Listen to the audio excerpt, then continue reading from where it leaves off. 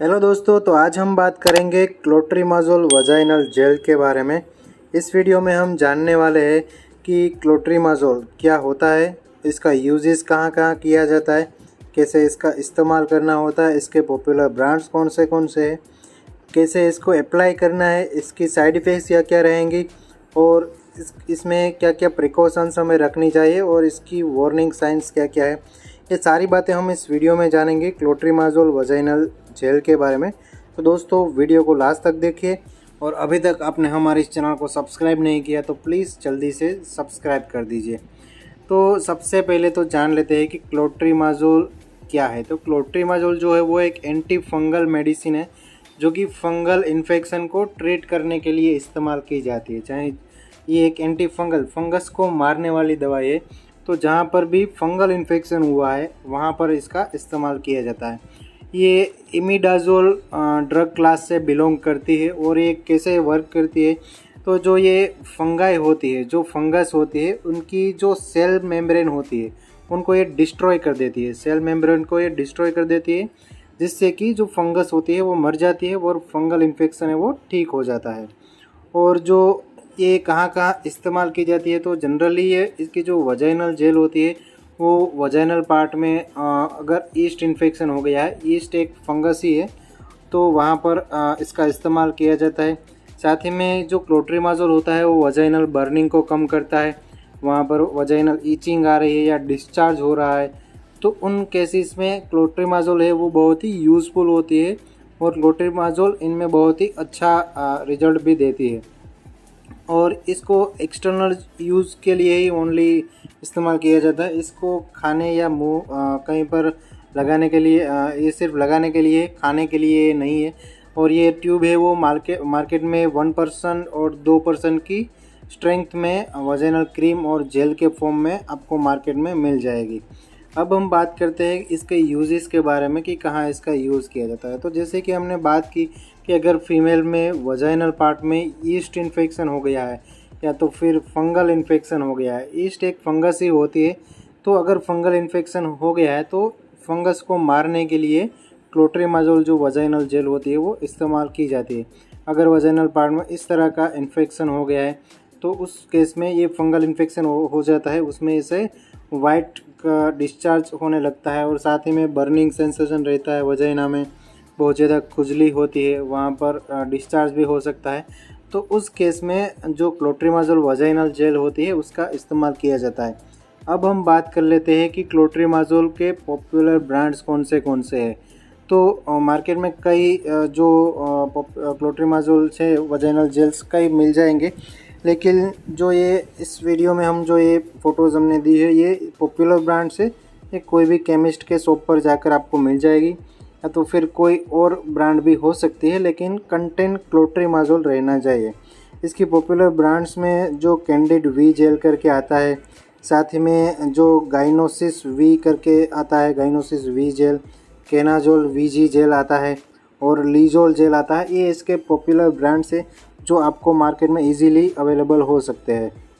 अब हम बात करते हैं कि क्लोट्रीमाज़ोल को अप्लाई कैसे करना है, कैसे इसको लगाना है। तो सबसे पहले तो लगाने से पहले हमें अपना हैंड वॉश प्रॉपर्ली कर लेना चाहिए।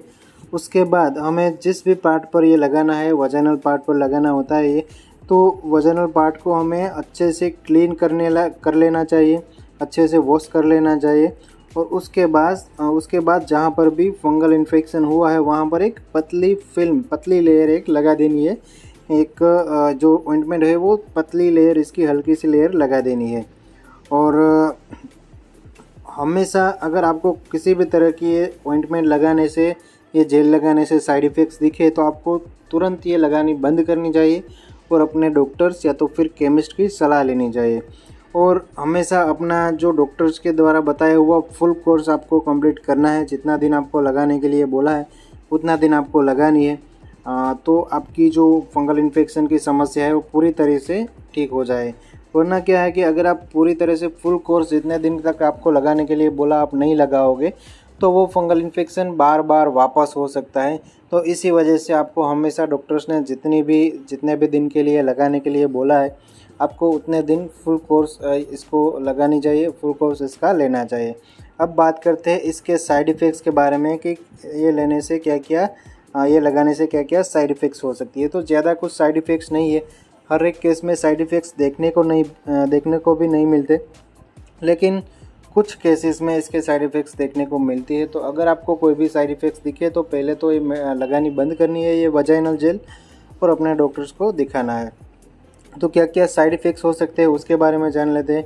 तो एप्लीकेशन साइट के ऊपर इरिटेशन हो सकता है, वहाँ पर थोड़ा इरिटेशन रह सकता है, साथ ही में स्वेलिंग सूजन हो सकती है, स्किन पेलिंग हो सकती है, वहाँ पर ब्लिस्टर्स बन सकते हैं यानी कि छोटे छोटे दाने टाइप बन सकता है, और तो और वहाँ पर बर्निंग सेंसेशन हो सकता है, वहाँ पर जलन वगैरह हो सकती है। तो ये कुछ इसके कॉमन साइड इफ़ेक्ट्स थे जो कि हर एक केस में नहीं दिखने को मिलते, लेकिन दिखने को मिलते हैं तो मेडिसिन लगाना बंद करिए और डॉक्टर्स की सलाह लें।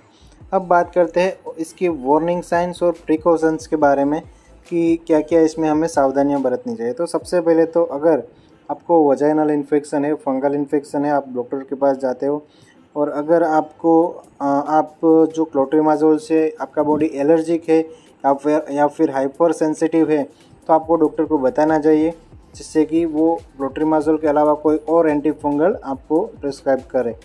और आपको प्रीवियस जो हिस्ट्री है, आपकी मेडिकल हिस्ट्री है, जो भी आपकी पिछली हिस्ट्री है, जो भी बीमारियाँ कभी भी हुई है या तो फिर कोई मेडिसिन चालू है, तो ये सारी बातें आपको डॉक्टर्स को बतानी है।